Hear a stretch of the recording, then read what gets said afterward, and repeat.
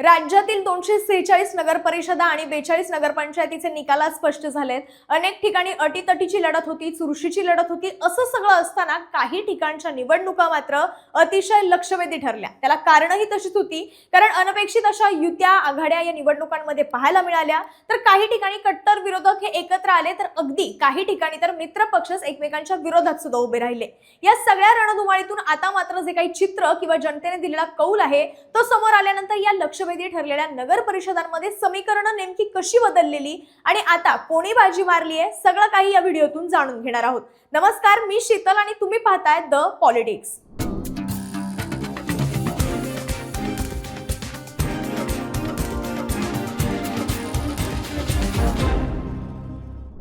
महत्त्वपूर्ण किंवा लक्षवेधी ठरलेल्या नगर परिषदांपैकी सातारा जिल्ह्यातील एक असलेली फलटण नगर परिषद, इथे भाजपच्या शमशेरसिंह नाईक निंबाळकर यांनी नगराध्यक्षपदी बाजी मारली आहे। शमशेरसिंह हे माजी खासदार रणजितसिंह नाईक निंबाळकर यांचे भाऊ आहेत। खरं तर रणजितसिंह नाईक निंबाळकर यांच्यावर फलटण मधील महिला डॉक्टरच्या आत्महत्या प्रकरणात आरोप झाल्यानंतर ही पहिलीच मोठी निवडणूक होती आणि त्यांच्या विरोधात आरोप करणारा गट हा रामराजे निंबाळकरांचा होता।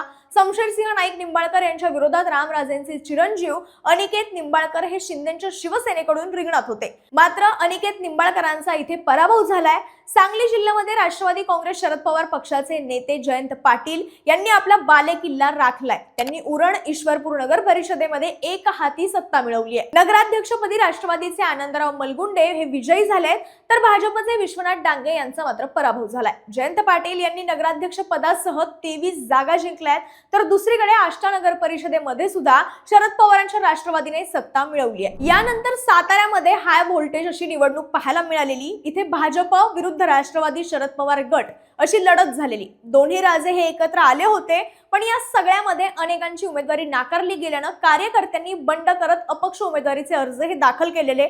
तर दुसरीकडे शरद पवारांच्या राष्ट्रवादीने भाजपच्या प्रदेश उपाध्यक्ष सुवर्णा पाटील यांचा पक्षप्रवेश करत महाविकास आघाडीकडून त्यांना नगराध्यक्ष पदासाठी उमेदवारी दिलेली, तर भाजपकडून अमोल मोहिते यांना उमेदवारी देण्यात आली होती आणि अखेर इथलं नगराध्यक्ष पद हे अमोल मोहिते यांच्याकडे गेले आणि भाजपने इथे बाजी मारली आहे। आता भोर नगरपालिकेत अजित पवारांच्या राष्ट्रवादीचे नगराध्यक्ष पदाचे उमेदवार असलेले रामचंद्र आवारे हे विजयी झालेत। खरं तर भोर हा गेल्या अनेक वर्षांपासून काँग्रेसचा गड राहिलेला आहे। गेल्या अनेक वर्ष या ठिकाणी थोपटेंकडे आमदारकी होती। संग्राम थोपटे या ठिकाणी गेली 15 वर्ष आमदार म्हणून निवडून येत होते, पण 2024च्या विधानसभा निवडणुकीत महायुतीचे उमेदवार असलेले आणि अजित पवार यांच्या राष्ट्रवादीचे शंकर मांडेकर यांनी थोपटेंचा पराभव केला होता।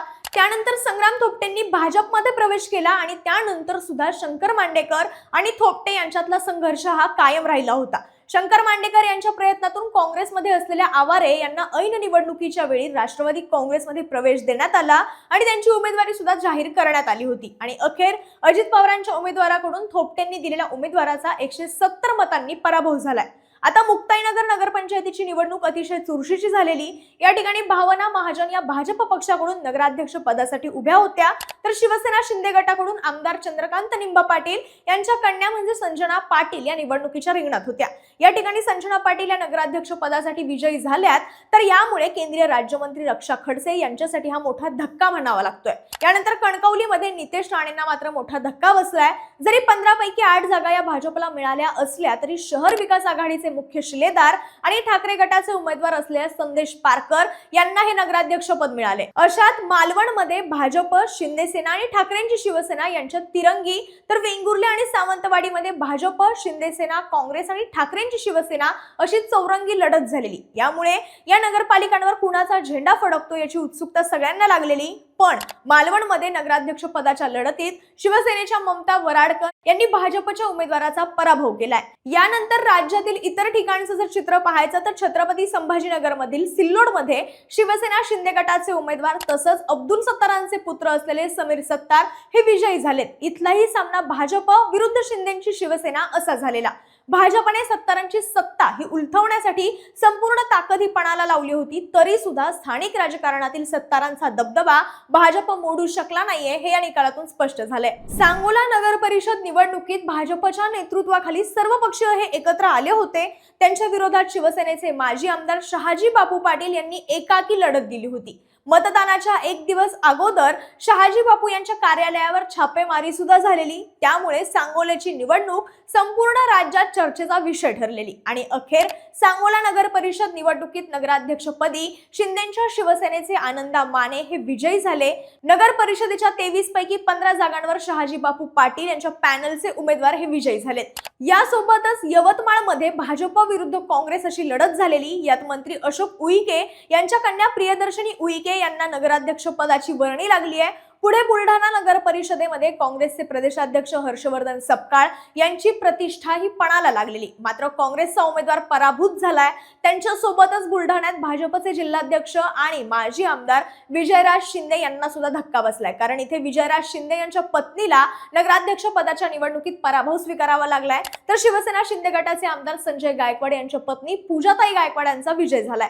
जरी या निवडणुकीत एकंदरीतच महायुतीतील भाजपा, राष्ट्रवादी आणि शिवसेना हे 3 पक्षच वरचढ दिसत असले तरी काही ठिकाणी मात्र या तिन्ही पक्षांना जबर धक्का बसलाय। त्यापैकी चंद्रपूर जिल्ह्यात भाजपला मोठा धक्का बसलाय। इथे 11 पैकी 7 नगर परिषदा या भाजपच्या हातातून निसटून त्या ठिकाणी काँग्रेसच्या नगराध्यक्ष पदाचा उमेदवार हा विजयी झालाय। या काही निवडक लक्षवेधी जागा होत्या जिथे अटीतटीचा सामना पाहायला मिळाला आणि अनेक दिग्गज नेत्यांची प्रतिष्ठा ही पणाला लागलेली। या सगळ्या निवडणुकीत महायुतीच पुन्हा एकदा वरचढ ठरली आहे। भाजप क्रमांक 1 चा पक्ष ठरलाय, तर शिंदेची शिवसेना ही नंबर 2 चा पक्ष ठरली आणि अजित पवारांची राष्ट्रवादी 3 नंबरचा पक्ष ठरलाय।